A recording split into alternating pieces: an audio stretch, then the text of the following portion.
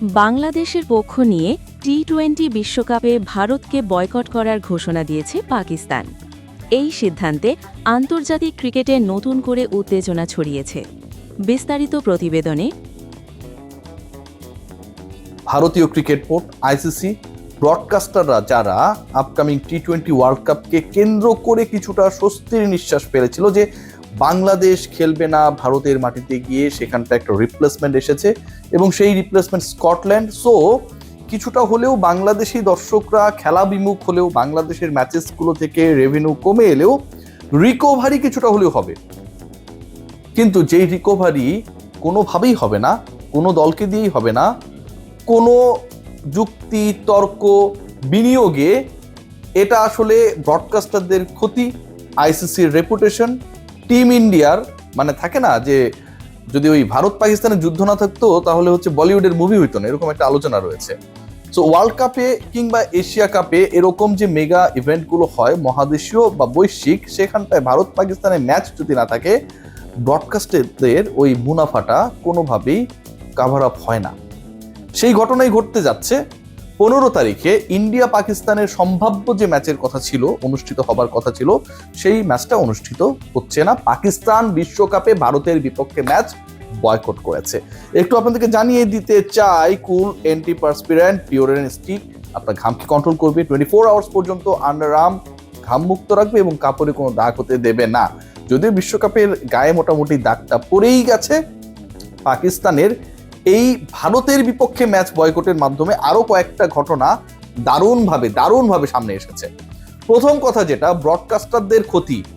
এই India Pakistan match যেভাবেই হোক অনুষ্ঠিত হতে হবে, যতবার পসিবল সেটা করাতে হবে। আইসিসির টার্গেটই থাকে, সেটা যেই ফরম্যাটেরই বৈশ্বিক ইভেন্ট হোক না কেন সেটাই। একই গ্রুপে রাখা হয়েছে দুই দলকে, তাদের গ্রুপ মেট হিসেবে যারা রয়েছে প্রত্যেকটাই চাম্পু দল, মানে কোনোভাবে ইন্ডিয়া পাকিস্তান যেন মিস না হয় to go through the next round. আবার একই সাথে এর থেকেও গুরুত্বপূর্ণ ব্যাপার যেটা, পরের রাউন্ডেও যখন খেলা হবে সেখানটাও যেহেতু তারা পরের রাউন্ডে চলেই যাবে, অবভিয়াসলি দুই দল মুখোমুখি হবে। যতবার খেলা হবে এই দুই দলের এবং ব্রডকাস্টাররা যতবার ব্রডকাস্ট করবে এই দুই দলের খেলা, তত বেশি মুনাফা। আইসিসির টেলিকাস্টিং রাইট বিক্রিতে তত বেশি ইতিবাচক সারা। সো ওই জায়গাটা একদমই আমার কাছে মনে হয় যে প্রথমবারের মতো বন্ধ হয়ে গেল। এই যে ইন্ডিয়া পাকিস্তান ম্যাচ, যেটা ভারত যারা তাদের দেশ, তাদের স্বাধীনতা, তাদের ভূমি, এগুলো নিয়ে এত বড় বড় কথা বলে, তারা এই বিশ্বকাপের আয়োজক এবং তারা বাধ্য হয়েছে শ্রীলঙ্কার মাটিতে গিয়ে পাকিস্তানের সাথে ম্যাচটা হবে সেই রকম একটা পরিকল্পনা করতে ওয়ার্ল্ড কাপটা হয়েছে হাইব্রিড মডেলে। কারণ পাকিস্তান ভারতে যেতে রাজি না, তারপরও ভারত রাজি হয়েছে যে ঠিক আছে আমরা খেলবো পাকিস্তানের সাথে, সেটা আমার দেশে না হইলেও খেলবো। কেন? যেই পাকিস্তানের সাথে এত বিদ্বেষ, যেই পাকিস্তানকে তারা পছন্দ করে না, যেই পাকিস্তানের সাথে রাজনৈতিক সংকট, কূটনৈতিক সংকট, সামরিক সংকট, সেই পাকিস্তানের বিপক্ষে কিন্তু ইন্ডিয়া খেলার সময় নিজের দেশে খেলতে না পারলেও অন্য দেশে গিয়ে খেলতে রাজি। কারণ হচ্ছে ওই প্রফিট, ওই আইসিসির কন্ট্রোলটা ভারতের কাছে, বিসিসি এর কাছে। এখন ভারত শ্রীলঙ্কায় যাবে ঠিকই, বা যাওয়ার যে শিডিউলটা রয়েছে সেটা পালন করতে পারবে না ঠিকই, কিন্তু খেলাটা পাকিস্তানের বিপক্ষে আর অনুষ্ঠিত হওয়া সম্ভব না। ওয়ার্ল্ড কাপ হাইব্রিড মডেলে করার অন্যতম কারণটাই হচ্ছে যে ভারতের মাটিতে পাকিস্তান যাবে না, ভারতের বিপক্ষে ভারতের মাটিতে পাকিস্তান খেলবে না। যেই মডেলে হাইব্রিড মডেলে ওয়ার্ল্ড কাপ হচ্ছে, সেই মডেলে ইন্টারেস্টিং পার্ট যেটা, যে ভারতের মাটিতে যেই পাকিস্তান যেতে চায় না, সেই পাকিস্তান ভারতের বিপক্ষে শ্রীলঙ্কার মাটিতেও খেলবে না। ভয়াবহ না? এরকম লজ্জা, এরকম চর ইন্ডিয়ার গালি দেয়ার সামর্থ্য একমাত্র পাকিস্তানি রাখে এবং সেটা তারা দিয়েছে।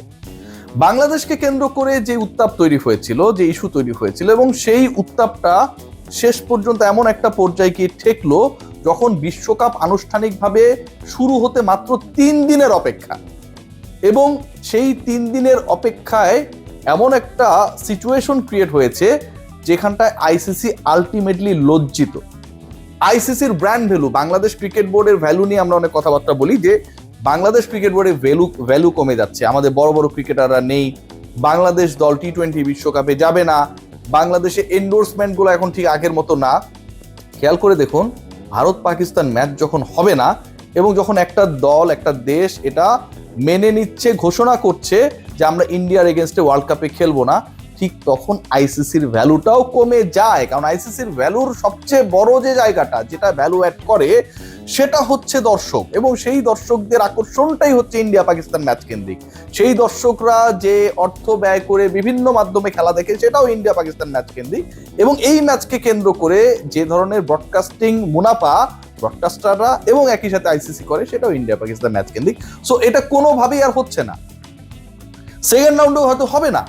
এখন যখন এটা হবে না, তখন এই বিশ্বকাপ থেকে আইসিসির ক্ষতি অপরিসীম। পাকিস্তানকে ডেফিনেটলি আইসিসি জরিমানা করবে, শাস্তি দেবে, অনেক কিছুই করার চেষ্টা করবে।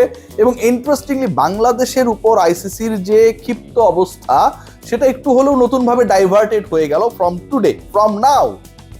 কারণ তাদের সবচেয়ে বড় চটটা, প্রথমত বাংলাদেশ খেলছে না, বাংলাদেশের একটা বিশাল ভিউয়ারশিপ রয়েছে, আপনাকে ভাই এটা অ্যাকসেপ্ট করতে হবে। বাংলাদেশের যে ভিউয়ারশিপ রয়েছে, ধরেন ইন্ডিয়ায় প্রচুর ভিউয়ারশিপ রয়েছে, 100 কোটি প্লাস, বাংলাদেশের কি 15 কোটি আপনার কাছে খুব ছোট মনে হয়? পাকিস্তানে 25 কোটি 30 কোটিকে কি খুব ছোট মনে হয়?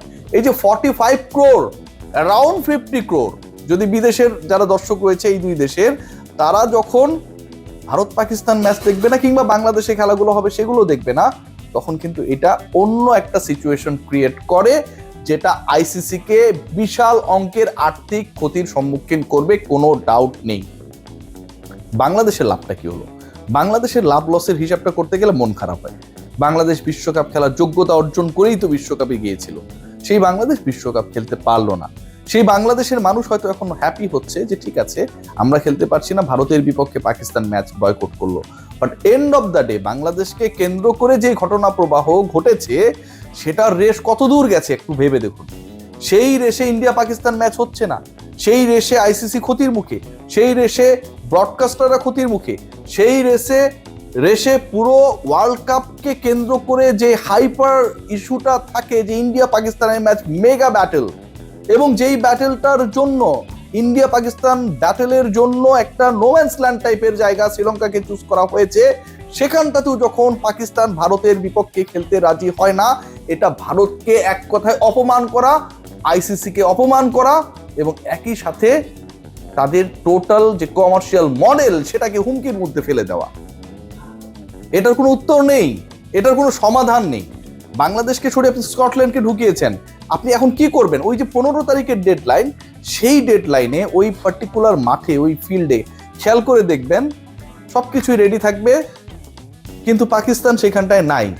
শ্রীলঙ্কায় অবস্থান করেও পাকিস্তান পার্টিকুলার ম্যাচটাতে ভারতের বিপক্ষে খেলার জন্য ওই মাঠে যাবে না, তারা তো শ্রীলঙ্কাতেই ম্যাচগুলো খেলবে, শ্রীলঙ্কাতেই অবস্থান করবে, কিন্তু শ্রীলঙ্কাতে অবস্থানকারী পাকিস্তান দল ভারতের বিপক্ষে খেলার জন্য পার্টিকুলার ওই মাঠে যাবে না, খেলতে যাবে না। এর থেকে বড় চর থাপ্পড় দাদা ভারতীয়দের গালে আসলে কেউ কি দিতে পেরেছিল? আমার কাছে মনে হয় সাম্প্রতিক সময় পারে নাই, গাটসি ডিসিশন।